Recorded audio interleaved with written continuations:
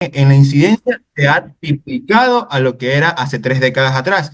Y aún no se conocen los factores desencadenantes como tal que puedan estar asociados al cáncer de tiroides, pero sí es de suma importancia, ya que una de las principales teorías que se tiene que se hayan diagnosticado demasiados cánceres de tiroides es porque a todo nódulo o bocio tiroideo que se puede encontrar se lo sobrediagnostica como cáncer de tiroides.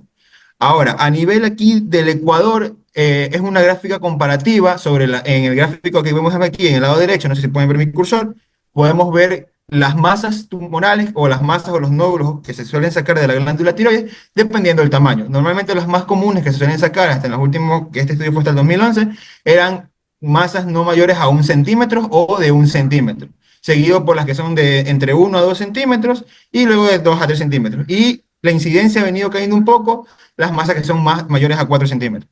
En este gráfico que ustedes pueden observar aquí es una comparación entre, bueno, yo lo tomé así, entre la costa y la sierra, cómo afecta más el cáncer tiroideo, tanto en hombres como en mujeres, y aquí los estudios fueron en Guayaquil y Quito.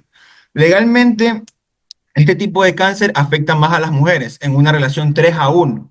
Y si nosotros podemos ver este estudio de 10 años que fue entre el 2005 y el 2015, siempre en el caso de los hombres, las personas que viven en la ciudad de Quito tienen mayor incidencia que en las costas. Y una de las principales teorías que había aquí era porque en ese tiempo no había tanta ingesta del yodo, ya que como recordemos, el principal fuente de yodo bueno, son en este caso los mariscos, el salmón, el pescado, todos los que comemos en el mar. Y en la sierra no hay tanto acceso a este tipo de alimentos, por lo tanto es que se implementó que la sal venga yodada para poder suplir un poco esta demanda de yodo. Y en el caso de las mujeres podemos ver una diferencia aún más notoria, que específicamente se triplica más en mujeres en la sierra que en la costa. Ahora, hay una teoría que aquí en el Ecuador se estima que para el año 2000, hasta el año 2020 se estimó un aproximado casi de 29.300 casos, pero dicen que para el año 2040 se puede sobreestimar casi a 60.000 casos, pero aún las causas no son tan conocidas de por qué la incidencia está aumentando demasiado en el cáncer de tiroides. Ahora sí, hablando de cáncer de tiroides, primero que nada, entendamos cómo nos llega una persona con cáncer de tiroides, cómo llega la paciente directamente a la consulta.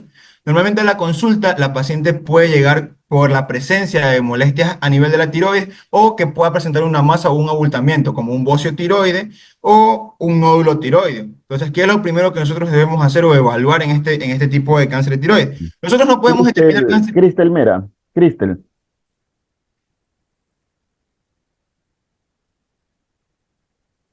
Mera, Dígame, doctor. prenda su cámara.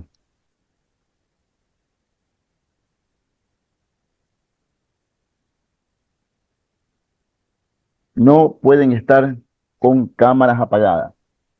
Vuelvo y repito, no pueden estar con cámaras apagadas. Aparte que es una falta de respeto para su compañero que está disertando el tema, es una falta de respeto para mí también.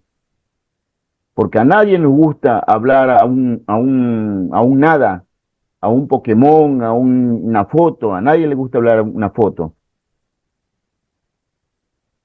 Es la última vez que yo aguanto eso. Todo con la cámara prendida. Yo ya le dije la primera vez, todo con la cámara prendida. Quien apaga la cámara es porque no está, pues. Y si no está, chuta, ¿qué puedo hacer yo? Ponerle falta. Dile, a ver, Sí, compañero, a ver, Ya, doctor. Mendoza que está Ya. disertando. Sí, sí, doctor. A ver, Mendoza, ¿qué es en la enfermedad nodular de tiroides? La enfermedad, o sea, se refiere al nódulo tiroideo como tal. La enfermedad nodular de tiroides. Pues técnicamente es como la aparición de nódulos a nivel de la glándula tiroides. Ya, muy bien, desde ahí parte. Nódulos, Ya. ¿qué es un nódulo tiroideo? Hay que definirlo porque puede ser un Por nódulo eso, yo creo que tóxico. me lo define. Ah, ya, pero doctor, no sé si quiere que lo define ahorita porque bueno, más adelante yo voy Defínemelo, a hablar defínemelo, ya. defínemelo. Entonces, el nódulo tiroideo, perdón, el nódulo tiroideo tóxico es aquel que va a estar lentamente No, no, comprometido. el nódulo tiroideo, nada más. Pues técnicamente sería como le digo, un abultamiento menor a bueno, depende del tamaño, menor a 2 centímetros que vamos a encontrar a nivel de la glándula tiroides. Pero 2 centímetros no te provoca un abultamiento. Bueno, Claro, 2 centímetros no te provoca un abultamiento. Ni siquiera lo ves, ni siquiera lo es palpas. que por eso también nos guiamos con una clasificación a nivel del bocio, porque son de 4 estadios. No, no, no, yo no estoy hablando de bocio, estoy hablando de enfermedad nodular. Eso. Yo no estoy una cosa, las enfermedades de la tiroides son enfermedades nodulares y bocio. Son dos cosas diferentes, una enfermedad nodular que de un bocio. Dos cosas diferentes que se tratan de diferentes maneras. Se diagnostican de diferentes maneras y se procede de diferentes maneras. No, yo no procedo un bocio tiroides, yo procedo de una manera y una enfermedad nodular procedo de otra manera. La presencia de un nódulo en la glándula tiroides, la presencia de un nódulo en la glándula tiroides, que a veces se diagnostica de forma incidental, es decir, accidentalmente, ¿no? Y se provoca, eso está dentro de lo que denominamos enfermedad nodular de la tiroides, o sea, nódulos dentro de la tiroides, sin necesariamente abultamiento, sin necesariamente abultamiento. Un nódulo de 2 centímetros, 3 centímetros, no te provoca abultamiento. Eso es una cosa. Ahora sí, la enfermedad nodular del tiroides, ¿cómo tú la diagnosticas?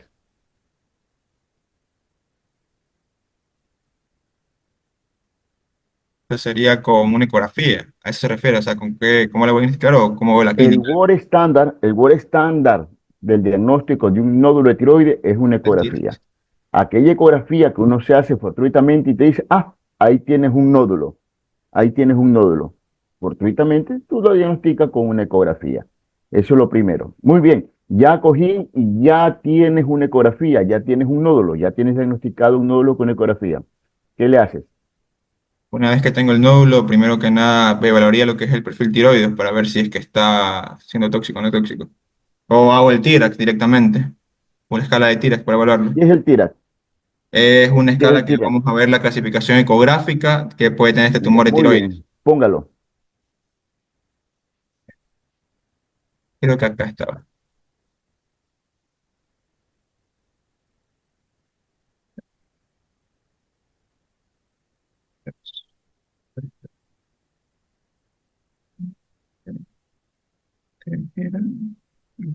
Aquí, no, no, aquí no es. Ahí está.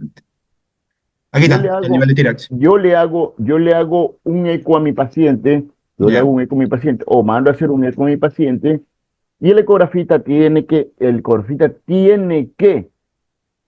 enviarme mi TIRAC. Tiene que enviarme mi TIRAC, claro. Y en el el TIRAX lo que ecografista. estaríamos evaluando es Entonces el ecografista me va a decir, bueno, ahí tienes un TIRAC 1, un TIRAC 2, un TIRAC 3, un TIRAC 4. No, así me va a decir el ecografista. Así me va. Y dependiendo del TIRAC que tiene, es la manera de proceder. Es la manera de proceder. Muy bien, ya mismo entramos en materia. Entonces, ya tengo mi TIRAC, TIRAC 3, ya está. ¿Qué hago? ahí, primero que nada, hay una punción por aspirado de aguja fina. Ahí se manda el PAF para ver si la masa es mayor a 2,5 centímetros. Y se hace seguimiento si la masa es mayor a 1,5.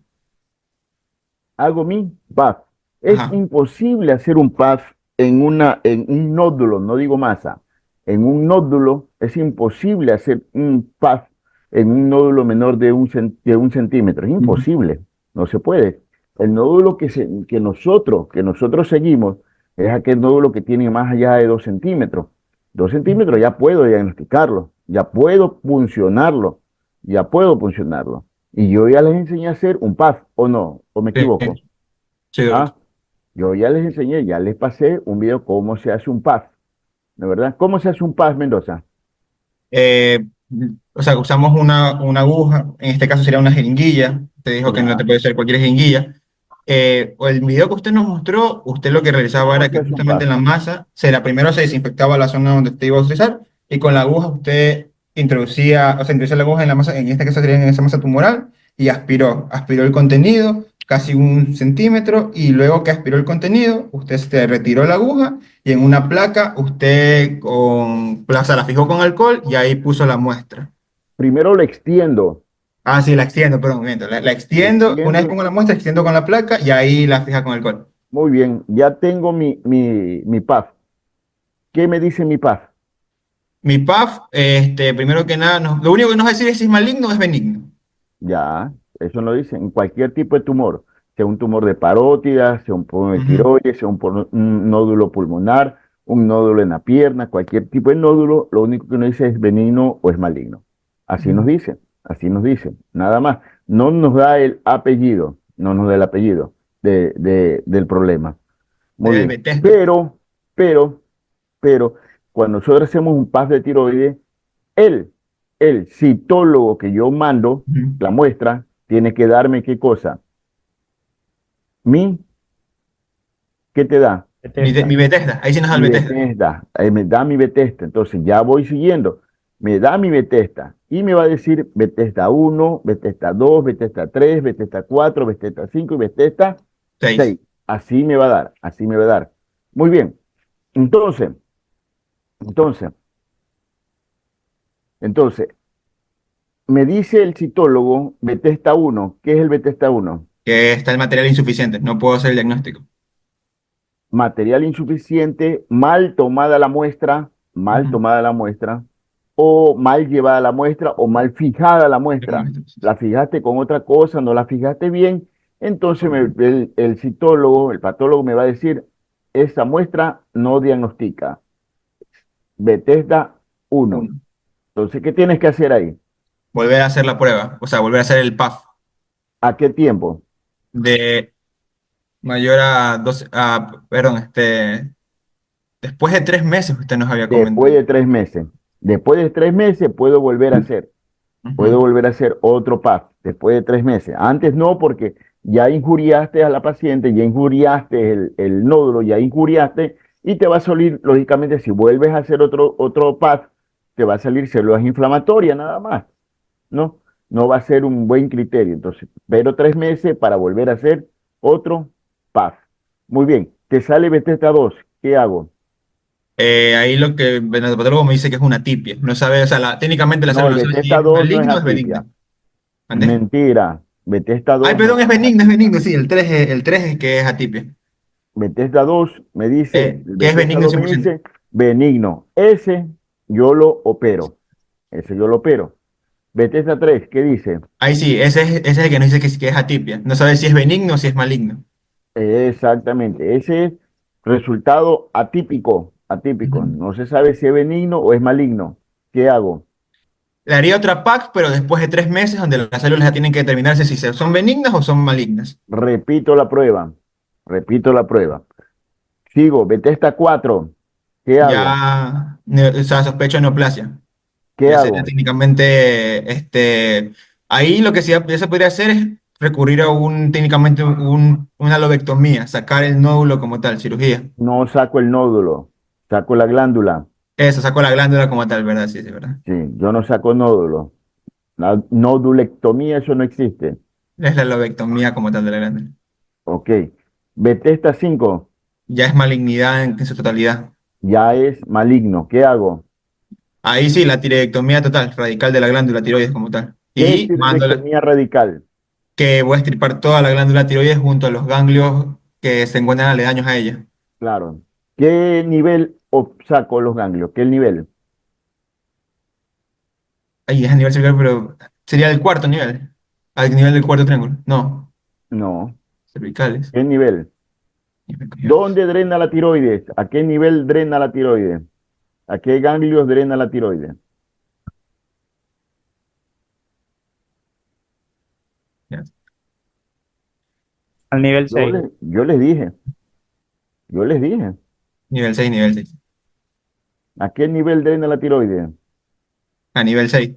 Nivel 6. Entonces, hago tiroidectomía radical.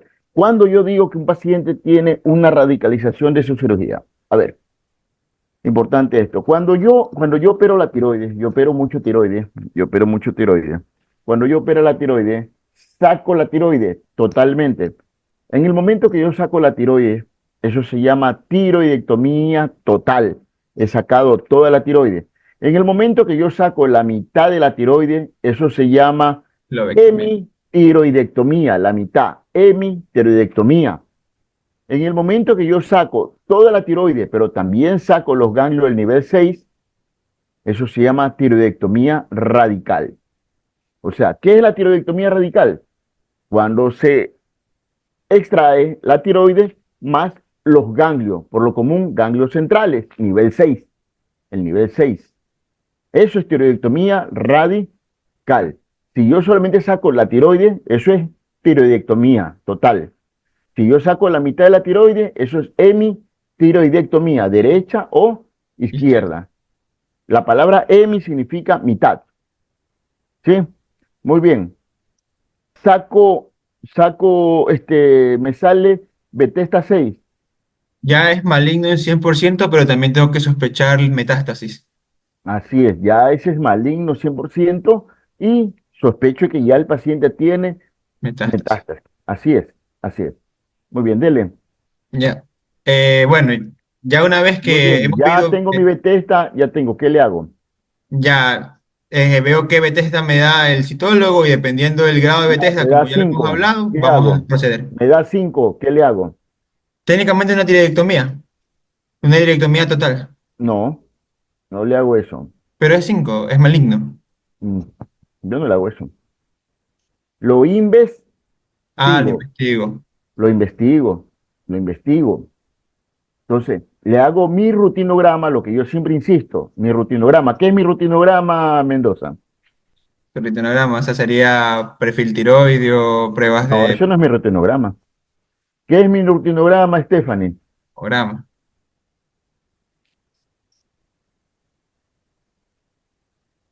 ¿Qué es el rutinograma, Stephanie? Se completan los exámenes de laboratorio. El examen de rutina. Primero le hago mi examen de rutina, mi examen de laboratorio de rutina, lo que a todo paciente que se va a operar se hace. Hemograma completo, tiempo de coagulación, plaqueta, TP, TPT, glicemia, porque la mayor parte de los pacientes que sufren de diabetes se mueren, glicemia, urea y creatinina. ¿Por qué la urea y creatinina, Mendoza? Para valorar la función renal. ¿Por qué?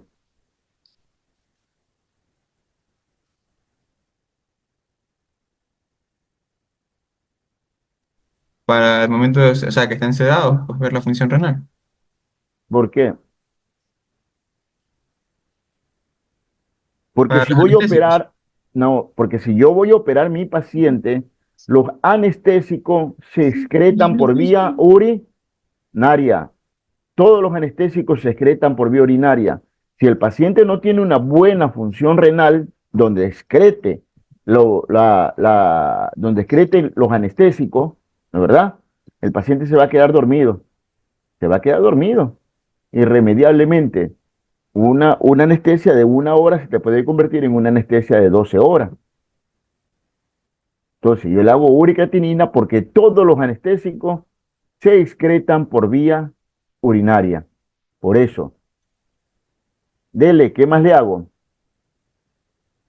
Una vez que hicimos los exámenes de rutina, ahora sí tendría que ser la valoración por especialidad. De especialidad, ¿cuáles son mis exámenes de especialidad? Tanto el de cardiología, el examen las hormonas tiroides, ahora sí diríamos, pues si vamos a hablar de tiroides, sería Estoy hormonas hablando de tiroides. examen. El electrocardiograma no es examen. Perfil tiroideo. TSH, Ahora sí, mi examen de especialidad, los perfiles tiroides, T3, T4, y TSH. TSH. T3, T4, TSH. ¿Para qué? Para ver si el paciente está hipertiroideo, hipotiroideo o eutiroideo. Porque Muy solo bien. operamos los ¿Cuándo se eutiroideos. dice que un paciente está hipertiroideo? Cuando T3, T4 están elevadas y TSH está disminuida. ¿Cuándo se dice que un paciente está hipotiroideo? Cuando T3, T4 están disminuidas, pero TSH está elevada. Muy bien, así es, así es. Y eso yo les he enseñado. Muy bien. ¿Qué más le hago? Ahora sí tendría que valorarlo las otras especialidades. No. ¿Qué más le hago? Si tengo mi sospecha que es maligno, ¿qué más le hago? Mi marcador tumoral. Ah, tiroglobulina. Le hago mi marcador tumoral. Le mando a pedir Globulina. tiroglobulina. La tiroglobulina es mi marcador tumoral que me va a decir si efectivamente tienes un tiroide maligno. Si está elevado, entonces te va a decir, ve, el Bethesda me dice 5, Bethesda 5 me dice, pero también mi marcador tumoral me dice elevado la tiroglobulina, entonces ya no hay duda, es maligno, es maligno. ¿Sí? Estoy investigando una enfermedad nodular, un nódulo. Estoy investigando un nódulo. ¿Sí captan el resto? ¿Sí están captando? ¿Sí están captando el resto? Niño, Oscar, Eddie, ¿sí entran en onda lo que estamos hablando o no? Sí, doctor. Está facilito. Una enfermedad nodular, un nódulo en la tiroides, se investiga. Se investiga. ¿Cómo se investiga? Con ecografía. La ecografía se le aplica el T-RAT. Cuando yo sospecho que en el T-RAT, en el eco, cuando yo sospecho que un nódulo es maligno, ¿cuándo sospecho, Mendoza? Cuando hay un T-RAC 5-6. Ya, ¿cuándo yo sospecho? Cuando la masa suele ser mayor a 2 centímetros. Cuando la masa es mayor a 2 centímetros. ¿Cuándo más sospecho? Cuando también suele haber compromiso neurológico de algún nervio que esté aledaño a ella. No, con También, la ecografía, en el T-RAT. que también haya, este, cuando haya mucha ecogenicidad en la masa, cuando esté mayor a 2 centímetros, cuando hayan márgenes difusos también en esa masa Cuando haya y margen difuso o estrellados. ¿Qué más? Hiper, ¿hiper qué? hiperecogenicidad. Hiper, cuando esté hipercaptante, cuando haya mucha vascularización, hipervascularizado, cuando esté muy vascularizado. Entonces, tengo mi nódulo y otro más. ¿Qué más? ¿Cuándo sospecho que es maligno? En el eco, Microcalcificación. cuando Eso. haya calcificaciones. Entonces, todo eso hace sospechar que es un maligno. Yo le hago el eco, ahora, termino de hacer el eco, le hago mi PAF, le hago mi punción aspiración por aguja fina. Muy bien, ahí le aplico el Bethesda. Ya le apliqué el Bethesda, me salió, pero ¿qué resulta? Y aquí les pongo el caso.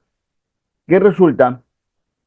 Que mi Bethesda me sale, mi Bethesda me sale 5. Mi Bethesda me sale 5, pero mi Tirac me sale 2. ¿Qué le hago?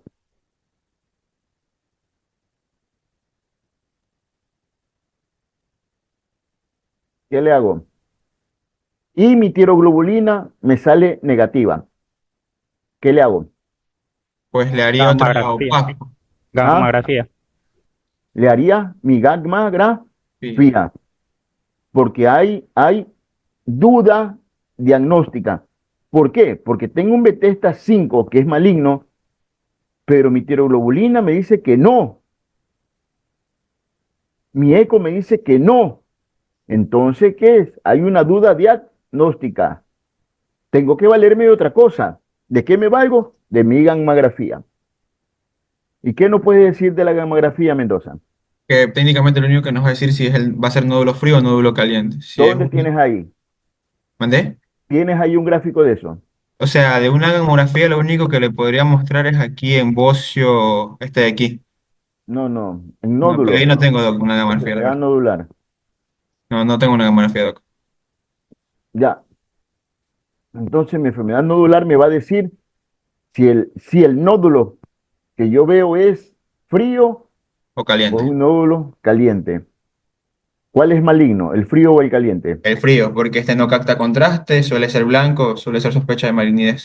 Así es, ese es el maligno. El hipercaptante no es maligno. Muy bien, dele, ¿qué más tienes que hablarnos? Ya, también le Mira digo eso. los estadios. No, no, los nódulos no tienen estadio. No, es que estoy en cáncer, No, porque sí, no porque lo vimos estamos en la clase nódula. anterior. Nódulo no tiene estadio. Ya, muy bien. Ya investigué, me salió un cáncer. Tengo todo, tiroglobulina positivo, tengo un Bethesda 6 positivo, tengo un eco que me habla de un nódulo duro, hipercaptante, me habla de que tengo un nodo muy vascularizado y con hartas calcificaciones. Ahora sí, tengo la sospecha que es un cáncer. Muy bien. ¿Qué más? Ahora, ¿Mande? ¿qué tengo que hacerlo? Pues si ya hemos visto que es un cáncer como tal, ya haríamos la tiroidectomía como tal. Una vez hecha la Tengo que estadificarlo. Ah, sí, aquí está. Tengo que estadificarlo. Tengo que darle una estadificación. El otro gráfico. Aquí. Para saber si lo voy a operar o no lo voy a operar. Estadio uno, ¿cuál es el estadio uno? Cuando solamente el compromiso como tal es en la glándula o en una parte de la glándula. Estadio 2. Cuando en este caso la masa se encuentra en la glándula, pero ya está habiendo compromiso externo a la glándula y pegándose a otra estructura, que en este caso puede ser la tráquea. Estadio 4. Cuando la masa ya penetra adentro del lumen de la tráquea.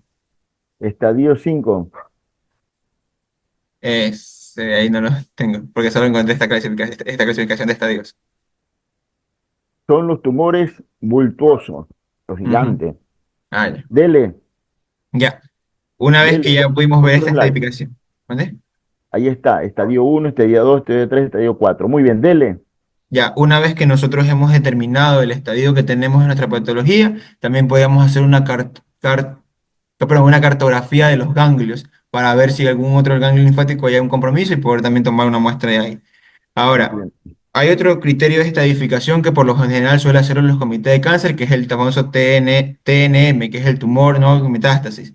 Dependiendo el estadio que podemos encontrar, suelen dividirse en cuatro directamente, pero cada uno, tanto el uno como el 3 y el 4 tienen clasificación A y B.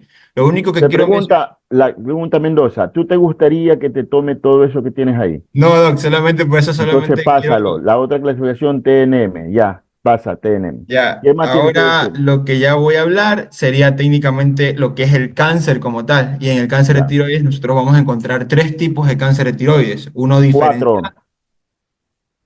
Bueno, es que en el diferenciado hay dos, papilar y folicular. ¿Y en el no diferenciado cuánto hay? Ahí hay anaplásico y medular. Ya, pues entonces. ¿Y Por entonces eso. cómo hablamos? Es que o sea, el texto mencionaba que eran tres, pero en el diferenciado habían dos, se clasificaban en dos. Dele. Vamos a clasificarlo en cuatro. En cáncer de tiroides diferenciado, que encontramos papilar y folicular, que es el más común y el que más se suele presentar, tenemos cáncer de tiroides medular y cáncer de tiroides anaplásico. El diferenciado suele presentarse en el 84% de los casos y lo que queremos notar aquí es que se va a presentar específicamente ya sea en las células foliculares o en las células papilares de lo que es la glándula tiroides. Ahora, dentro del cáncer diferenciado de tiroides, aquí es donde yo venía a hacer un hincapié.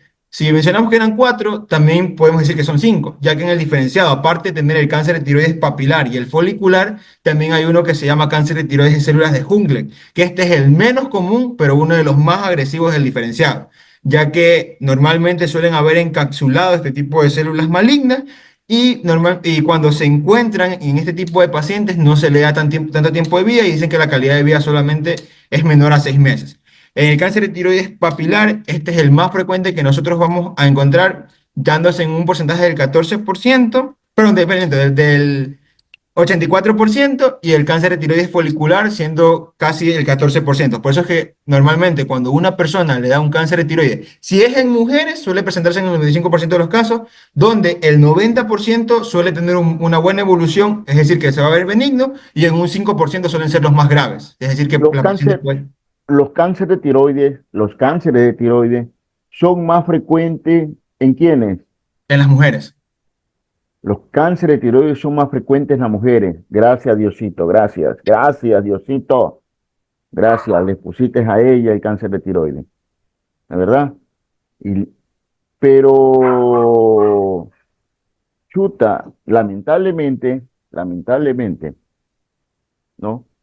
Si el cáncer de tiroides en mujeres, que es mucho más frecuente, una población casi de 8 a 2, otros hablan de 9 a 1, o sea, de cada 10 cánceres, 9 la tiene la mujer, un tiene el hombre, ¿de verdad? Más frecuentes las mujeres, gracias Diosito. No terminamos de darle la gracia cuando Diosito dijo que cuando el hombre tiene un cáncer de tiroides, cuando ese solo hombre tiene un cáncer de tiroides, ese es el más Digo, O sea, las mujeres se curan, los hombres se mueren. Entonces, ya como, gracias Diosito, y chuta, se nos cayó el alma al piso, se nos cayó el alma al piso, ¿la verdad? Entonces, eso significa que el cáncer de tiroides es mucho más frecuente en mujeres mujeres que en varones, pero cuando se presentan en varones son más es agresivos. más agresivo y más mortal. Mira eso. Eso significa que si ustedes alguna vez ven un cáncer de tiroides en un hombre, Eso va a ustedes le ser van a malo. decir, ¿qué les va a decir? Que por lo general suelen ser más agresivos y casi no ¿Qué le va a tienen. decir? Yo le diría, vende tu casa, vende tu carro, ándate a Miami y harta mujerzuela. Consíguete harta mujerzuela porque te vas a morir, ¿no? Te vas a morir. Entonces, ¿por qué? Porque en el hombre es mucho más Agresivo. agresivo. ¿Estamos bien? Sí, Doc. ¿Está claro eso? Sí. En las mujeres, sin embargo, no, pues. Imagínate que yo le diga a la mujer, mira, tienes cáncer de tiroides, vende tu carro, vende tu casa, ándate a Miami y hartos hombrezuelos. Y ya después que ha tenido bastantes hombrezuelos, decirle, no, mijita, el cáncer de tiroides en la mujer es curable, te curas. ¿Ah? Se me cae el alma al piso. Muy bien. Ya. Tenemos Algo que, ya. entonces, Algo, a ver, que quede bien claro.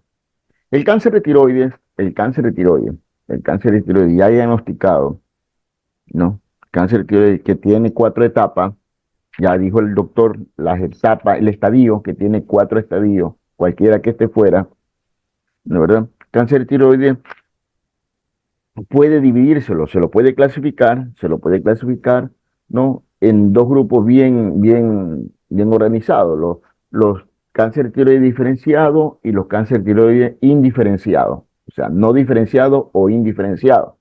Entre los cánceres de tiroides diferenciados, que son los menos agresivos, los diferenciados son los menos agresivos, ¿no? Porque están diferenciados. Tenemos el carcinoma papilar de tiroides, tenemos el carcinoma folicular tiroides y un cáncer que ahora se lo describe como el carcinoma de célula de Hooker. Entonces, ahí tenemos los diferenciados, ¿no verdad? Sin embargo, entre los carcinomas no diferenciados o indiferenciados, vamos a tener dos, ¿no? Hay carcinoma medular de tiroides y hay carcinoma anaplásico de tiroides. Siendo el carcinoma anaplásico de tiroides el cáncer más agresivo de todos. Cada vez que ustedes vean un examen patológico y diga carcinomas, carcinoma papilar de tiroides, ustedes, este es un cáncer, sí, pero es un cáncer diferenciado con buen pronóstico y hasta se pueden curar. Cuando ustedes vean un examen patológico y diga carcinoma tiroideo folicular diferenciado, entonces ustedes van a decir, este carcinoma es un carcinoma que se puede curar, ¿no? El más frecuente de estos cánceres es papilar de tiroides. El papilar es el más frecuente, casi siempre el papilar, el 80% casi son papilares, ¿no? Pero el folicular también existe y también el carcinoma de célula de Hooker también existe, en menos proporción de todos el de Hooker, menos proporción. Pero son diferenciados. Y si son diferenciados, son de mejor pronóstico. Ustedes ven ese examen, carcinoma diferenciado de tiroides, carcinoma tiroideo folicular, bien diferenciado, ustedes dicen, chévere, chévere, tengo un cáncer, pero me puedo curar, pero me puedo sanar, dependiendo del estadio que ya vimos anteriormente. A diferencia de otros dos carcinomas que son carcinomas indiferenciados. ¿Cuáles son? Ahora sí, el medular y el anaplásico. el medular anaplásico. ¿Cuándo sospechamos un carcinoma medular? Subimos sospecharlo cuando, o sea, eso quería mencionar, cuando uno, hayan tenido otros familiares carcinoma medular, que porque uno de los principales factores, perdón, una de las principales etiologías son los factores genéticos, Ya porque, está, genético, muy bien. ¿Cuándo y más? cuando lo encontramos en personas jóvenes. En personas jóvenes, en niños. Esto es Ajá. clásico de los niños. El carcinoma medular de tiroides por lo común se presenta en jóvenes, 12 años, 15 años, prácticamente en niños se presenta el medular. A diferencia del carcinoma diferenciado, papilar y folicular, ¿en quiénes se presenta? Ya, el papilar suele presentarse entre la tercera y la quinta década de vida y el folicular entre la cuarta y la sexta década de vida, es decir, en personas adultas como tal. Son personas maduras. Ajá. En personas maduras. En personas maduras se encuentra el carcinoma papilar y el folicular en personas maduras. Sí, en personas maduras, en mujeres maduras, hablemos ya así con términos, en mujeres, porque esto es frecuente en mujeres. En mujeres maduras, ¿no? Se presenta por lo común el carcinoma papilar o el carcinoma folicular e incluso el carcinoma de células, ¿no? En personas maduras. El carcinoma medular de tiroides se presenta en personas jóvenes, como dije yo, en niños, casi niños, el medular de tiroides. Ya. Dele, En la etiología, que eso lo quería mencionar, quiero mencionar que después hablamos de etiología, dele. Ah, ya, el papilar, aparte de que se presenta entre la tercera y quinta década de vida, suele estar principalmente causado cuando son exposiciones o sea, hayan tenido una larga data de exposiciones a radiaciones ionizantes. En cambio, el Así es, folicular tienen es como antecedente. Sí. y el Y el folicular, folicular, en cambio, es con personas que tengan carencia de yodo, o sea, que no hayan consumido. así es, así es. Ya, y el de Eso sí está joven, aún no diagnosticado. sabríamos. El papilar, así está diagnosticado. El papilar, por lo común, en personas con exposiciones a radiaciones ionizantes, y el folicular en personas que han tenido deficiencia de yodo, que hayan tenido deficiencia de yodo. Muy bien, dele. Está muy Ya, bien. Entonces tenemos un carcinoma folicular, un carcinoma papilar, un carcinoma folicular que es muy frecuente en las mujeres, valga la pena decir, que por lo común son diferenciados, son curables, el papilar por ionizaciones y el folicular por déficit de yodo. Pero ambos dos se presentan madura, en edad madura, en edad madura, o sea que será 25 años, 45 años, ¿no es verdad? Ahí se presenta. Porque el carcinoma medular de tiroides es un cáncer que se presenta en edad, el medular se presenta en niños, en chicos jóvenes se presenta el medular. A diferencia del carcinoma tiroide anaplásico, ¿qué pasa con el carcinoma medular ya, del carcinoma anaplásico? ya, el anaplásico es todo lo contrario de demás, porque este de aquí va a ser en el otro extremo, son las personas más añosas. Y por lo general, este tipo de carcinoma anaplásico es totalmente agresivo. La esperanza de Así vida es. es tan baja que aquí sí podríamos decirle que venda todo. Así es. 6 meses. Te diagnostico carcinoma anaplásico de tiroides y en 6 meses, un año, ya tienes que haber vendido todo.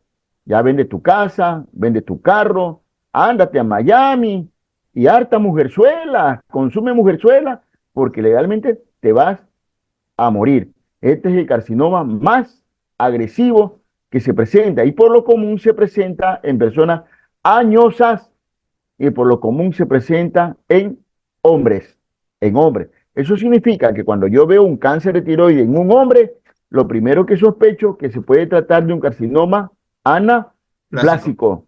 anaplásico, porque este es más frecuente en hombres. El otro, el medular, era más frecuente en niños, jóvenes. Y el otro, el papilar y el folicular, era más frecuente en mujeres, pero Maduros. en mujeres jóvenes, 25 años, 45 años, maduras, en su edad madura, Siga, mira bien todo, qué belleza, ¿no? ¿Cómo yo puedo diagnosticar un cáncer de tiroides estas cosas que hemos hablado? Que tenemos que aprendernos. Dele. Ya, muy bien. Ahora, para alguna vez que nosotros ya hemos diferenciado, el citólogo, el entopatólogo nos dio el tipo de cáncer que es, vamos a hablar del tratamiento. Ahora, para ser directos, el tratamiento solamente lo vamos a enfocar en tres de los cuatro que ya vimos, tanto en el medular como en los diferenciados, que es el folicular y el papilar. ¿Por Te qué no en cuento el que anaplásico? estaba bonito tu gráfico y la vienes a regar con esto. Está feo eso. O sea, Está feo. solamente lo que quiero hablar aquí en el tratamiento, que es lo que estoy explicando en esta gráfica, es que el tratamiento es la cirugía. Es la piedra angular que vamos a ver en el tratamiento del cáncer de tiroides. Y lo que Entonces, la enfermedad nodular de tiroides, así como también el cáncer de tiroides, ¿cuál es el gold estándar de diagnóstico? la ecografía. La ecografía, definitivamente, la ecografía. Muy bien, el tratamiento lo dejamos para después, no sé qué sigue. Ya ahí hablo de bocio tiroideo. Vamos, bocio, dele. Ya, muy bien. Ya Bocio esto, tiroideo. ya terminamos enfermedad nodular, ya terminamos cáncer, vámonos al bocio. ¿Qué es un bocio? Ahora sí, este se define directamente como un agrandamiento de la glándula tiroides. Ya, este sí es un agrandamiento de la masa tiroidea, de la glándula tiroidea, eso se llama bocio. Muy bien, dele. Ya. Una vez que definimos el agrandamiento de la glándula tiroides, primero que nada nos llega a la consulta a diferenciarlo en dos grandes grupos. Si este es un tiroideo plano o si podemos encontrar pequeños abultamientos, que lo vamos a clasificar en bocio tiroideo difuso o bocio tiroideo nodular, ya que así Así es es. la clasificación anatómica del bocio tiroides. Pero también podemos encontrar otra clasificación que es a base de la Organización Mundial de la Salud, que lo Así es. clasifica en tres estadios. Aunque este tipo de clasificación, primero que nada, en el estadio cero o la caracterización semiológica es que no va a haber bocio. El estadio uno es que podemos encontrar la tiroides palpable. El estadio uno, que también se clasifica en A B, es si es palpable pero no visible. Y el 1B es si es palpable y visible pero con el cuello en extensión. El estadio 2 es cuando ya tiene un bocio palpable y visible en el cuello en posición normal, es decir, así nomás, no extendido. Y el estadio 3 es cuando es voluminoso incluso a la distancia. También hay un estadio 4 de esta clasificación, pero para poder observar este tipo de clasificación, dice que es un bocio tan grande que puede meterse por detrás del esternón. Y esto es lo que Así es. conocemos como un, Retroesternal, exacto, reto esternal. Y se conoce como bocio intratorácico. Por eso nosotros intratorácico. cuando hagamos o sospechemos de este tipo de bocio intratorácico, tenemos que realizarle lo que se conoce como el signo de Pemberton. El signo de Pemberton, lo único que nosotros vamos a pedirle es a nuestro paciente que se ponga de pie y hacer que él levante las manos. ¿Por qué? Porque al levantar las manos, el bocio que se encuentra en el resto esternal va a ocluir o oprimir las venas yugulares y o sea, va a impedir que la sangre retorne, perdón, le va a impedir que la sangre retorne al corazón y por lo tanto vamos a encontrar una fase demasiado roja en nuestro paciente, como lo Así pueden es. ver en esta imagen. Ahora, una vez que nosotros tenemos la clasificación de este tipo de bocios, tanto como difuso y nodular, tenemos que ver qué tipo de bocio es. Si es un bocio tóxico o si es un bocio no tóxico. Ya. Ahora, hablando del bocio difuso, que es la parte que yo les voy a explicar ahorita, vamos a hablar primero del bocio difuso tóxico. Este bocio difuso ¿Por qué tóxico también tóxico? ¿Por qué tóxico? porque tiene elevación de hormonas tiroides, es decir, que vamos a encontrar Es un hipertiroideo en el bocio paciente. Tiroideo. hipertiroideo. Es un bocio. Nosotros hablamos de tóxico. ¿Cuándo nosotros hablamos de bocio tóxico? Cuando el Cuando, paciente tiene hipertiroidismo. Es un bocio, pero con hipertiroidismo. Es decir, T3, T4 elevada y TSH normal, baja, o baja, ¿verdad? baja. Entonces, ahí hablamos nosotros de un bocio tóxico. Cuando es un bocio con hipertiroidismo. Eso es un bocio tóxico. Dele. Ya. Este bocio difuso tóxico también nosotros la podemos conocer como la enfermedad de Grace-Bachstelov. La enfermedad de Grace, lo que nosotros queremos diferenciar aquí de un bocio difuso tóxico es que este aquí va a ser netamente por una causa autoinmune. Es decir, que van a haber anticuerpos que netamente van perdón, a enlazarse en inmunoglobulinas que van a acceder directamente al receptor TSH, por lo tanto va a haber un exceso de hormonas tiroides. Y al haber un exceso de Ujú. hormonas tiroides, la TSH que se está sintetizando en la pituitaria, lo único que va a provocar es que disminuye su valor porque obviamente va a ver que va a haber bastante T3 y T4 en sangre. T3 y T4 siempre se valoran porque son hormonas hermanas y por lo tanto en general siempre si una sube, la otra sube. Ahora, ¿cuáles son las características de este tipo de bocio o esta enfermedad de Grace? Es que aparte de la masa que nosotros vamos a encontrar, que es uno, que es bocio, también podemos encontrar que la persona va a estar exoftálmica, es decir, que va a tener los ojos bastante agrandados, uy, perdón, va a tener los ojos bastante agrandados, como lo podemos ver en esta imagen de aquí, que no es una persona real, pero sí es un gran ejemplo, que aquí podemos ver una persona con ojos normales y aquí podemos ver el exoftalmo que puede encontrar en esos ojos. En pocas palabras, si ustedes pueden ver a mi cámara, puede estar así normal y de la nada empieza como que a agrandar bastante los ojos. Ese es el Entonces, exoftalmo. Y aparte de tener exoftalmo por las propias hormonas tiroides, la paciente va a estar taquicárdica. Entonces, directamente, el bocio difuso tóxico, la triada va a ser exaltasmo, el bocio y la taquicardia de la paciente. En el bocio uninodular tóxico, o también se conoce como bocio nodular tóxico, también cursa con hipertiroidismo, pero se dice que va a tener los mismos síntomas de un bocio multinodular, que ya lo voy a explicar.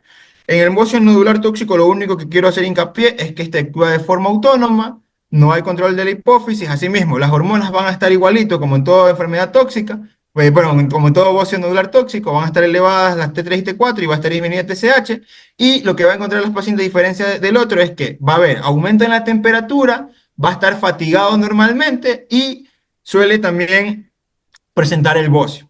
Ahora, en la multinodular tóxica, este aquí suele contener uno o más nódulos tiroides. Este bocio multinodular tóxico también se conoce como la enfermedad de Plummer-Bison. La enfermedad de Plummer-Bison suele ser característica porque aparte de que la persona puede estar taquicárdica o lo que sea, suele presentar disfagia o odinofagia en su interior, ya que al haber este tipo de masas, a veces puede ser que en el esófago se pueda como que contraer o ver una pequeña molestia aquí y va a provocar lo que es el cuadro de disfagia. Entonces, puede estar Entonces, caracterizado principalmente. ¿qué es el síndrome de Plummer? Plummer.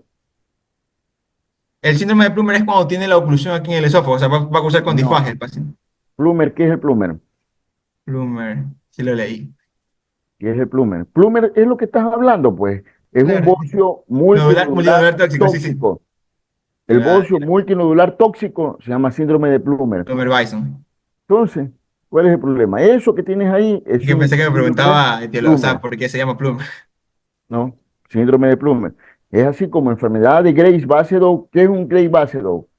Es un bocio difuso Bocio, tóxico. bocio difuso tóxico. Facilito. Bocio difuso tóxico, enfermedad de Graves-Basedow. Bácedo. Bocio multinodular tóxico, síndrome de Plummer Plummer. Bison. Ok, así es. Dele. Ya, esas son las características que mencionamos de Plummer Bison y bueno, de mi parte de mi exposición ya sería eso sería todo. Muchas gracias. Muy bien. Continuación Bien, viene mi gracias. compañero. Dele. Buenas tardes, doctor. Bien, continuamos ahora con el bocio tóxico por yodo exógeno. En sí, el síndrome de Jones-Basedow. Ujú. Este está dado en sí una tirotoxicosis secundaria a la exposición del yodo. El yodo sabemos que es el mineral necesario para que la glándula tiroides pueda dar lugar a la formación de glándulas tiroides. En sí consiste a una glándula tiroides previamente ya lesionada. Los factores de riesgo para este síndrome es aquellos trastornos en el cual la retroalimentación negativa del TSH ya no está respondiendo. Es ¿Quién una está hablando? ¿Quién está hablando? Hualpa. Hualpa, Hualpa. ya. Ya es un cuadro tiroideo en sí autónomo, tales como tenemos el bocio multinodular tóxico, lo que es también el bocio uninodular tóxico, el bocio endémico, el crecimiento de la glándula tiroides debido al déficit de yodo. Entonces, en estos cuadros en el que la glándula tiroides es automática y no hay respuesta de la regulación negativa de lo que es el TSH, llega el yodo puede ser por vía exógena, por aquellos pacientes que toman amiodarona o por lo que corresponde al contraste con yodo. Entonces, al haber esa sobreexposición de grandes cantidades de yodo, la glándula tiroidea, que en este momento no tenía el yodo necesario para producir hormona tiroidea, llega a esa gran cantidad y comienza a sobreproducir. No hay un límite como tal porque lo que es la regulación de la TSH no está respondiendo lo que es dicha regulación negativa, la transmutación negativa, y por tanto tenemos el cuadro de hipertiroidismo, que se da a base de lo que es la sobreexposición exógena de yodo. Esto es lo que corresponde al síndrome de Jones-Basedow. Diferente ¿Y al... cómo se descubrió este problema? Bien, este problema se descubre en sí en aquellos pacientes, como mencioné, que tomaban amiodarona o le íbamos a hacer alguna prueba de imagen con el No, contraste no. de yodo. Claro que Y sí sucede eso, pero en realidad este problema se descubrió en aquellas personas que quisimos curarle el bocio a base de yodo. O sea, en la población que tienen, en las poblaciones que tienen una alta incidencia de bocio, le quisimos dar yodo, y sin querer querernos vimos que la glándula tiroides aumentó de tamaño tomando yodo. Por eso que también hay un bocio tóxico por ingesta de yodo exógeno. El exceso provoca problemas, todos los excesos provocan problemas. Asimismo, el exceso de ingesta de yodo, el exceso de contraste, todo, amilorona, todo eso va a provocar un síndrome de Jones-Basedow. o bocio tóxico por yodo exógeno, por yodo que le damos de tomar. Sí, pasa más diapositiva. Vamos Siguiente. pasando.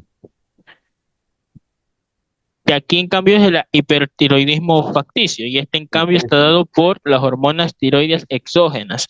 ¿En qué caso, en qué pacientes? Aquel paciente generalmente el principal factor de riesgo principal etiología son dietrógenas. Aquel paciente con hipotiroidismo que está con el tratamiento de reposición tiroidea o aquel también paciente con cáncer tiroides que está con la reposición tiroidea y hay un mal manejo de dosificación. O también se vio en caso de aquellas pacientes que se dan la administración de hormona tiroidea exógena con el fin de buscar bajar de peso. Entonces, eh, esos exposición de niveles muy elevados de hormonas tiroides a nivel exógeno también Claro. contribuyen a que se dé el hipertiroidismo. Entonces, Facticio porque en este caso ya no es el yodo, sino estamos directamente de hormonas tiroides con en hormonas. forma. Entonces, el exceso de yodo provoca un bocio, ¿no? El exceso de yodo provoca un bocio. El exceso de hormona tiroidea provoca también un bocio, provoca un hipertiroidismo. Entonces, todos los excesos es malo. Si le doy un exceso de yodo a un paciente que supuestamente sufre de la tiroides, puede provocarme un bocio. Jock Basedow, ¿no? El exceso de yodo. El exceso de hormona tiroidea, el exceso de hormona tiroidea, T3, T4, el exceso también me puede provocar un hipertiroidismo que se denomina facticio. Facticio. La tiroide crece porque le estamos dando mucho hormonas tiroideas. Mira, si le damos yodo, crece la tiroides. Si le damos hormona tiroides, crece la hormona, crece la tiroides. Así es, lamentablemente, el exceso es malo. Dele, otro. Ya, siguiente diapositiva. Entonces ahora entramos a lo que son las tiroiditis. ¿Qué es la Al hablar tiroides?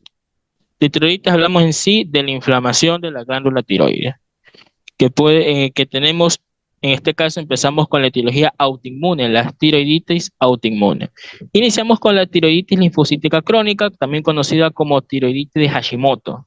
Así es. Esta, estadísticamente predominante en mujeres, en una proporción 10:1. ¿Cómo se da esto? Bueno, en sí, entendiendo que es una enfermedad autoinmune, la artritis de Hashimoto tiene que ver con la formación de anticuerpos en contra de los antígenos de la tiroglobulina y la peroxidasa. Para que se dé aquello, inicialmente tiene que haber un estímulo que puede ser una infección bacteriana, virus, radiación, medicamentos Claro. e incluso el yodo. Entonces, Y eso, ¿qué es la tiroiditis? la tiroiditis es la inflamación de la glándula tiroides. Es inflamación. Cuando nosotros vemos, no es un bocio, pero la tiroides se inflama como respuesta a una agresión. ¿Cuáles son las agresiones? En este caso, las agresiones pueden ser autoinmunes, Autoinmune. producto ¿Y qué más? ya infecciosa, Infecciosa, así es. Autoinmune, cuando la tiroiditis se inflama por un problema autoinmune, eso se va a llamar como tiroiditis eufítica crónica o de Hashimoto tenemos, sí, enfermedad de autoinmune. Hashimoto. Tiroiditis de Hashimoto. La tiroiditis de Hashimoto es una inflamación de la glándula tiroidea, por causa autoinmune, tiroiditis linfocitaria crónica o tiroiditis de Hashimoto. Hashimoto. Dele, otro. Bueno, aquí también de la Hashimoto, que como lo íbamos a observar en la ecografía, característicamente vamos a ver el crecimiento de la glándula de mayor tamaño, con una hiperecogenicidad heterogénea a nivel de ambos lóbulos de la glándula, entendiendo de que en sí esto no es como tal un bocio, sino el crecimiento de la glándula. Así es. Clínicamente, primero se expresa como un hipertiroidismo porque hay destrucción de los folículos por reacción autoinmune y como que se libera el T3, T4 ya formado. Ya posteriormente, por la misma destrucción, pasa ya a su clínica tradicional de hipotiroidismo. Por tanto, en el valor laboratorio tenemos la clásica de laboratorio del hipotiroidismo, en el cual TSH elevado, T3, T4 disminuido. Siguiente. Ya habíamos hablado que también la tiroiditis puede ser por infecciosas, como el caso de la tiroiditis subaguda, predominante también en mujeres en proporción 2:1. Esta está dado principalmente por infecciones víricas y en sí el antecedente de una infección vírica del tracto respiratorio superior. Con dicho antecedente vamos a tener, por tanto, la inflamación de la glándula tiroides, etiología vírica, y está acompañado clínicamente por febrícula. Aparte también de lo que es febrícula, tenemos el paciente va a estar asténico. Es un cuadro en sí un poco leve en la clínica, pero recordando que tenemos el agravamiento de la tiroides, que es por lo cual el paciente va a acudir a consulta, porque es el que le va a estar causando la respectiva molestia. Y en lo que es la tiroiditis supurativa aguda, esta en cambio ya es bacteriana. Esta principalmente por estafilococos y estreptococos como los agentes que vamos a tener, con un cuadro ya más complejo de fiebre de alta temperatura, aparte de que aquí tenemos el riesgo de las formaciones de accesos, como vemos en imagen derecha se forma un acceso tiroideo hacia afuera, pero también puede formarse lo que es acceso esofágico, acceso hacia las estructuras que están en sí en relación anatómica con lo que es la glándula tiroides. Como tal, aquí en la tiroiditis infecciosa, las pruebas que hemos visto del PAF y de la biopsia, la utilidad que tendría en este caso el PAF es para hacer un cultivo y ver a la gente que ha provocado, y en la ecografía para ver en sí el material que se ha formado nada más por infección. De ahí alguna otra utilidad no tendría aquí porque recordemos que entonces, quede bien claro, es diferente un bocio que una tiroiditis, ¿no? Es diferente. Una tiroiditis es una inflamación de la glándula tiroides que si se presenta de forma autoinmune, ¿no? O autoinmune o eosinofílica, ¿no? Se denomina como tiroiditis de Hashimoto. Pero también pueden haber tiroiditis subclínica y tiroiditis supurativa. Si en caso se encuentra un acceso de la glándula tiroides, esa será una tiroiditis supurativa. Muy bien, dele otra. Bien, ahora pasamos a la masa que tiene que ver con la glándula parótida, adenoma parotiroideo. Paratiroides. ¿Qué son las paratiroides? Ya, estas son glándulas que por su nombre se ubican anexamente a la glándula tiroides y tienen la función de controlar lo que es la homeostasis del calcio y del fósforo a través de la segregación de la parotromona. Ya. Bien. Entonces, salimos de tiroides y vamos a las paratiroides. Yo después complemento el resto, porque de tiroides faltó bastante. Pero dale, paratiroides.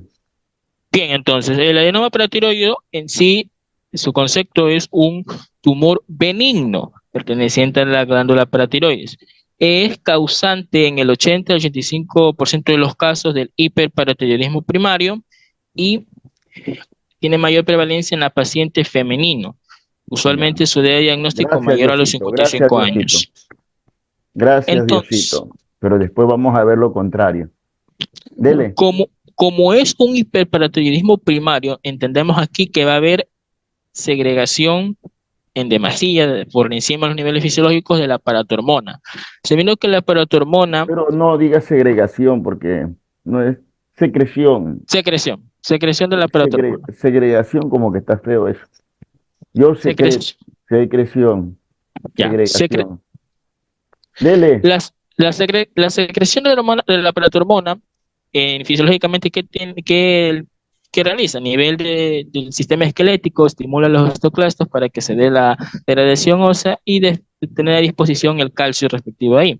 Asimismo, a nivel renal, a nivel de la rama ascendente gruesa, la asa de Henle y el túbulo cristal, contribuye a la reabsorción de calcio y también a la formación de la vitamina D, la cual va a ser fundamental para la absorción de calcio a nivel intestinal, y que aumenta la reabsorción de calcio a nivel intestinal y también a nivel renal. La paratormona dar lugar en cambio a que no se reabsorba lo que es el fósforo. Por eso que en el adenoma paratinoide clínicamente tenemos elevación del calcio, pero disminución del fósforo, entendiendo que el calcio se va a aumentar no más de un gramo por decilitro del nivel normal.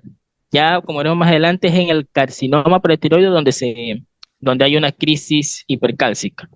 A ver, Por tanto, vamos ordenándonos porque me acabaste de hacer una sopa y si yo me confundí, también el resto se confundió. El tumor más frecuente de las glándulas paratiroides, son 4 glándulas paratiroides que tenemos. El tumor más frecuente de las glándulas paratiroides es el adenoma paratiroideo. El adenoma paratiroideo es un tumor benigno, definitivamente. Es un tumor benigno que se presenta más frecuentemente en mujeres. Cuando existe el adenoma paratiroideo y hay aumento de su hormona, es decir, la PTH, la hormona paratiroidea, ¿no? O PTH, ¿no es verdad? Se denomina hiperparatiroidismo primario. O sea, un adenoma puede dar lugar a un hiperparatiroidismo primario. En pocas palabras, ¿qué es el hiperparatiroidismo primario? Es cuando hay un aumento de hormonas paratiroides a expensas de un problema de la paratiroides, de un adenoma paratiroide. Un adenoma es un tumor de paratiroides, un tumor benigno de paratiroides.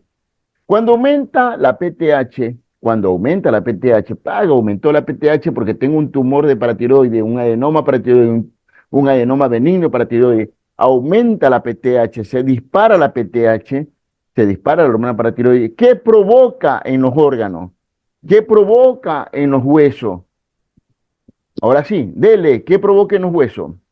ya en el hueso provoca en sí la activación de los osteoclastos y por tanto la Eso, degradación la ósea. activación de osteoclastos va a provocar activación de osteoclastos. ¿Y qué hacen los osteoclastos? Comen hueso, y se comen toda la matriz ósea y los huesos se vuelven porosos. Y si los huesos se vuelven porosos, ¿qué le va a pasar a esos huesos? Dentro aquí tenemos la osteoporosis ya. Se ¿Pero vuelven qué va a débiles. pasar, pues? Tienden ya factores hacia las fracturas. Se fracturan. Por eso que la mayor parte de los pacientes que tienen hiperparatiroidismo son pacientes que se han fracturado, vienen en silla de ruedas, vienen fracturados. Así vienen mi paciente con hiperparatiroidismo. Y ya vamos a ver, porque ya vamos a operar paratiroides. Yo le voy a invitar a que operemos paratiroides. Y entonces, ¿qué tú vas a ver? Tú vas a ver una paciente, pero como mujer, vas a ver que tiene un hiperparatiroidismo primario, que tiene un adenoma paratiroide, y que viene en silla de rueda o viene en muletas. Así vienen mi paciente con hiperparatiroidismo primario. Vienen en muletas, vienen en silla de ruedas. ¿Por qué? Porque ya se han fracturado, porque tienen osteoporosis, ya se han fracturado algunas veces. Ese es mi paciente con adenoma paratiroideo. Ese es mi paciente, un paciente fracturado. ¿Qué más provoca la PTH? Ya, la PTH también provoca a nivel renal el aumento de la reabsorción del calcio. ¿Ya?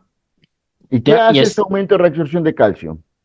Ese aumento provoca, por ejemplo, nefrolitiasis a nivel renal por el aumento del calcio y también si la calcemia al elevarse también puede presentar lo que es manifestaciones neurológicas por el elevado nivel de calcio.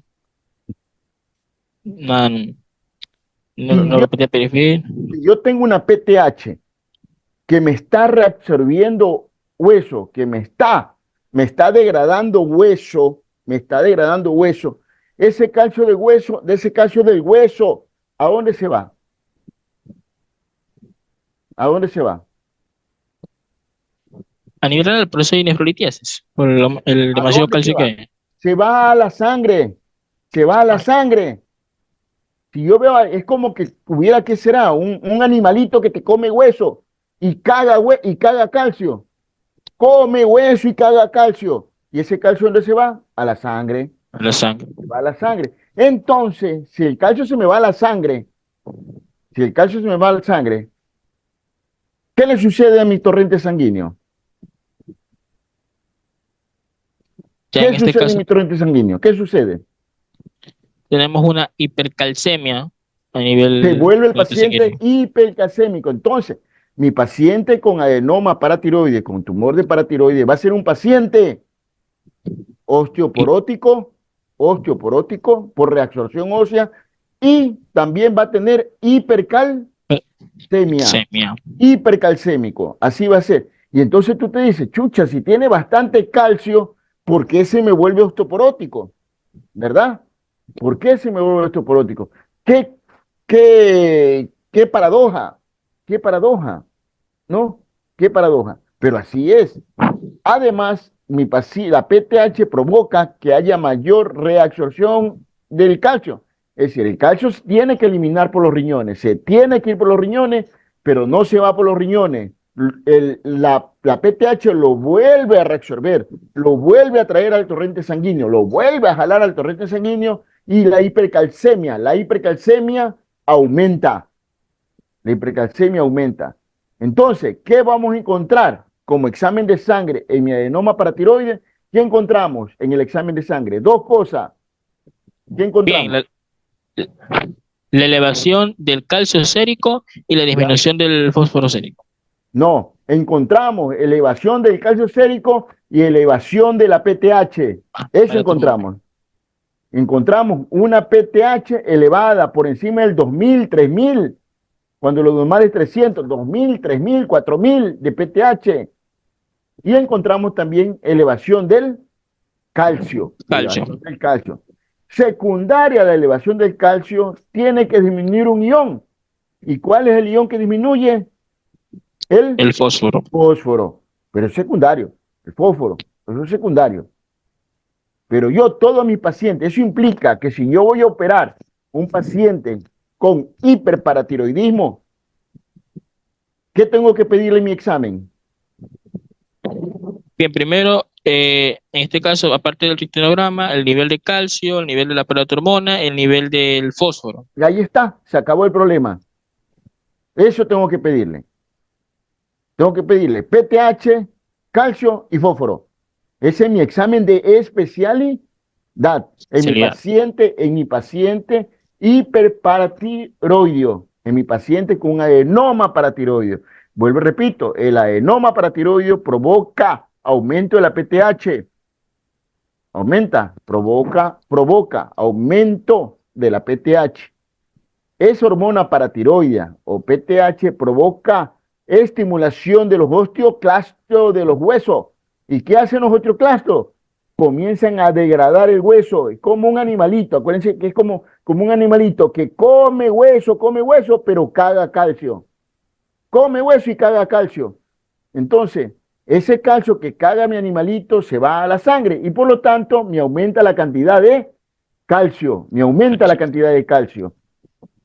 Entonces, ¿qué vamos a encontrar en mi paciente con adenoma paratiroideo? Vamos a encontrar PTH elevada, vamos a encontrar hipercalcemia. Y secundaria a la hipercalcemia, por lógica, disminuye su ion de contraparte, que es el fosfato, el fosfosérico.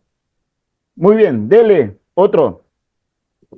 bien. Entonces, ya teniendo esta clínica del paciente, el examen de la imagen que se corresponde aquí es la ecografía. Teniendo en cuenta que el adenoma paratiroideo es en sí es benigno, vamos a encontrar en sí a nivel de la ecografía las condiciones de benignidad. Es decir, encontramos lo que es un nódulo paratiroideo, señalado con la flecha roja, el cual es hipoecogénico, homogéneo, que de morfología ovalada y que, aparte de que tiene morfología ovalada, es bien definido en su contorno y se diferencia del parénquima tiroideo y de la estructura vasculares. No, en sí no hay confusión en ese elemento. Y como más adelante ya veremos, en el cáncer paratiroideo, en cambio, hay ya en sí invasión, por así decirlo, es decir, de lo que es la masa paratiroidea con las estructuras vecinas y entre eso la ¿Cuál es glándula el gold tiroides. estándar? ¿Qué examen es el gold estándar para detectar un hiperparatiroidismo? O desde el hiperparatiroidismo, en sí, las hormonas paratiroides sería el gold No. estándar. ¿Cuál es el gold estándar? No. Ya. Dele. Bueno, entonces ahora vamos con el... La misma pregunta. ¿Cuál es Sí, el buen estándar de diagnóstico de un adenoma paratiroideo? bueno, entender que el gol estándar sería en sí el nivel de calcio con la No, paratormona. no, ese no es. Y al hablar del adenoma sería en sí ya la prueba de la imagen, la ecografía como tal, para poder observar la Tampoco, característica de, ¿no? tampoco, tampoco. ¿Cuál es mi buen estándar? Pasa el slide. Entonces, Ese es el mi buen estándar. El que tiene señalado ahí, con la flechita. Ese es mi buen estándar. La gammagrafía. gammagrafía. La gammagrafía. La gammagrafía me diagnostica y me localiza un adenoma paratiroideo. Ese me localiza un adenoma paratiroideo. Y me dice, aquí tengo un adenoma paratiroideo hipercaptante, así como ves en la flecha. Ujú. Así como ves en la flecha. Ese es mi buen estándar. Con una buena gammagrafía. Con una buena gammagrafía. Ese es mi buen estándar. Dele. Parte también de la gammagrafía, una de las ventajas es de que permite así mismo ubicar dónde está el adenoma, más que todo teniendo en cuenta que existe la ubicación de glándulas paratiroides ectópicas debido a Así. la migración embriológica que tuvo Por eso yo estoy preguntando, ¿cuál es mi buen estándar? la gammagrafía. La gammagrafía. Ese es mi gol estándar. ¿Cuál es el gol estándar en el diagnóstico de lesiones nodulares de tiroides? ¿Cuál es el gol estándar? En el lesión sería en este caso ya lo que es la ecografía para poder acceder al nódulo. De Oh, tiroides es la ecografía. ujú. Ecografía. Dele, Bien, ahora ya cáncer de paratiroides. ya vamos. Que el cáncer de paratiroides también es menos frecuente que el adenoma, pero en sí también se expresa con un hiperparatiroidismo primario. Tiene una Así es. incidencia del 0,05%, es infrecuente, de hecho su prevalencia es de 11 por 10 millones de habitantes, y en este, a diferencia del adenoma, afecta por igual tanto a varones como a mujeres. El adenoma afecta más a mujeres, este en cambio va por igual respectivamente.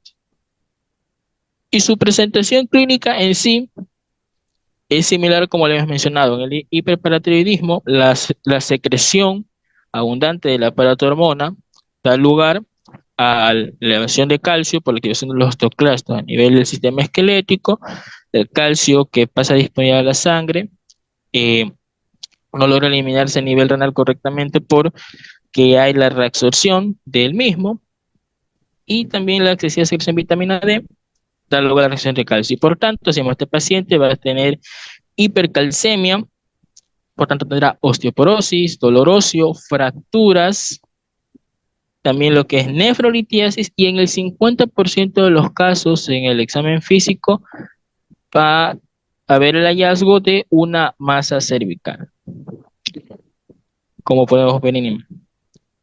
¿Qué pasa en el laboratorio? ¿Perdón? Dele, vamos a otra cosa. Ya Ya, sabemos que el cáncer provoca eso. ya. Es En un el cáncer laboratorio, poco frecuente, casi nunca se ve. Dele. claro. Ya, también el diagnóstico se da durante la edad de los 44 a 54 años. Aquí, a diferencia del adenoma, que la calcemia no pasaba más de 1 miligramo de decilitro, aquí en cambio suele ser superior a los 14 miligramos de decilitro. Por eso que aquí hay una crisis hipercalcémica en el caso del cáncer paratiroideo. Asimismo que la PTH supera 15 veces más el valor fisiológico respectivamente. Otros valores que también va a estar elevado, en este caso también será la fosfatasa alcalina, y hay que tener en Ujú. cuenta también los antecedentes personales, ya que este cáncer también se relaciona con el hiperparatiroidismo familiar. Por tanto, aquí también hay que tener en cuenta los antecedentes familiares y de síndromes genéticos para su Muy bien. respectivo diagnóstico. Doctor, ¿qué es el hiperparatiroidismo secundario? Bien, el hiperparatiroidismo secundario es en sí la elevación de lo que es las paratormonas secundario a algún daño a nivel renal o también a nivel propio. En este caso ya no es, el daño en sí ya no es a nivel de la propia paratiroides, sino responde al daño periférico. ¿Como en cuál paciente? Un paciente que tenga insuficiencia renal crónica podría tener un Claro, hipoparatiroidismo secundario. así es. El secundario es propio de los pacientes con insuficiencia renal crónica. Hiperpatiroidismo terciario, doctor. Ya, al hablar del hipoparadismo terciario, nos referimos a que la glándula como tal produce de forma autónoma lo que es paratormona. No le importa en sí el nivel que haya de calcio, es decir, no hay la retroalimentación negativa como tal y de forma autómata la glándula comienza a secretar su hormona. ¿Cómo en qué enfermedad? Bueno, aquí podría ser también no sé si bien una enfermedad renal terminal, pero en este caso ya la proteormona no responde a la retención negativa. Hay hiperparatiroidismo. Bueno, que quede claro. Aquí que quede algo bien claro. Hiperparatiroidismo primario son focos propios por tumores propios de la glándula paratiroide. Adenoma paratiroide. Ese es hiperparatiroidismo primario. Hiperparatiroidismo secundario es cuando hay una lesión en otro órgano, por lo común renal, que provoca aumento de la parotormona, que provoca aumento de la típico de los pacientes renales crónicos. Pacientes renales crónicos. Ahora, todos estos hiperparatiroidismos pueden llegar a provocar tumores extras paratiroides. O sea, yo tengo un hiperparatiroidismo, pero puedo tener otro tumor en el hueso de la cara, en el hueso de la columna, en el esternón, ¿no? ¿Cómo se llaman esos tumores que provoca el hiperparatiroidismo?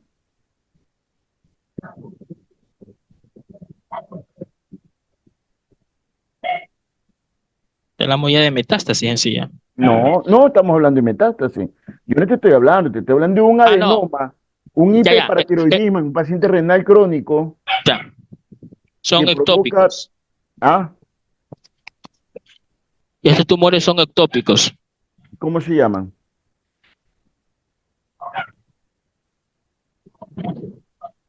Se llaman tumores pardo.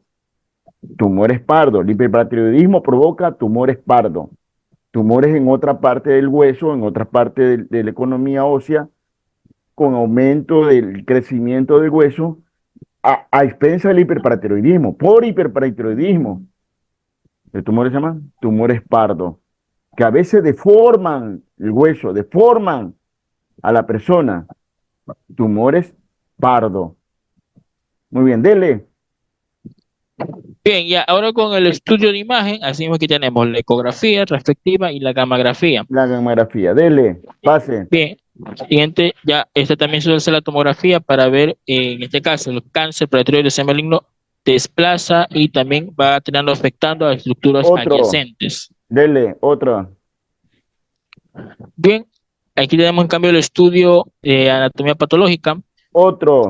Eso no quiero saber. ya, y como tal ya el tratamiento que es la resección quirúrgica como tal de lo que es la glándula paratiroide. Para tiroides. Vamos a operar para tiroides. En estos días, el día sábado, voy a operar unas 2, 3 paratiroides para ir de acuerdo a lo nuestro. Muy bien, dele, Bueno, esto es parte de la técnica quirúrgica. dele. Eso lo aprenden en la práctica, dele. Eso es en la práctica, Bueno, dele. Muy bien, continúa mi- quiste tirogloso. ¿Qué es un quiste tirogloso?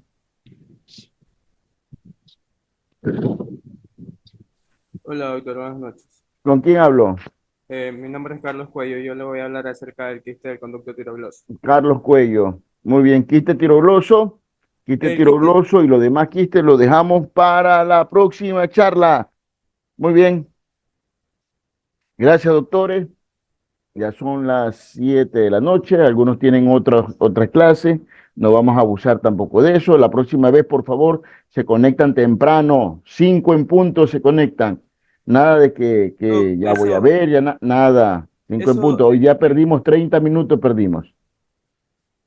Ok, Doctor, una pregunta, pregunto. una, una pregunta. De los tumores pardos, ¿en qué hiperparatiroidismo dijo que se presentaban?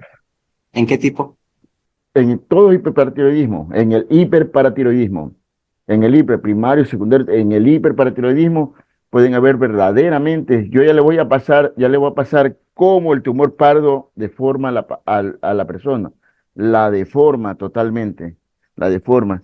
Yo creo que mi teléfono, yo operé hace poco un tumor pardo, yo operé un paciente con tumor pardo y sí que es verdaderamente deformante.